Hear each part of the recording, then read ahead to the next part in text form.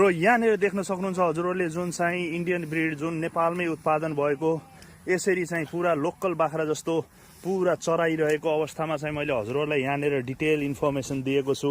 हेर्न सक्नुहुन्छ सिरोही मात्र छैन, सिरोही मात्र होइन, यहाँ हेर्नुहोस् कति हेभी साइजको अरू बाख्राहरू पनि तपाईँहरूले देख्न सक्नुहुन्छ।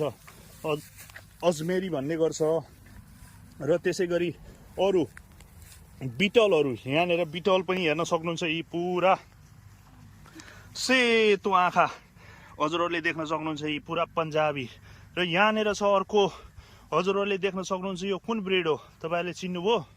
यो चाहिँ हो हरिण जस्तो भनेर भन्ने गर्छ, यसको नाम बारबरी भनेर भन्ने गरिन्छ। यहाँनिर हेर्न सक्नुहुन्छ यसरी लोकल पारामा चाहिँ चराइएको छ।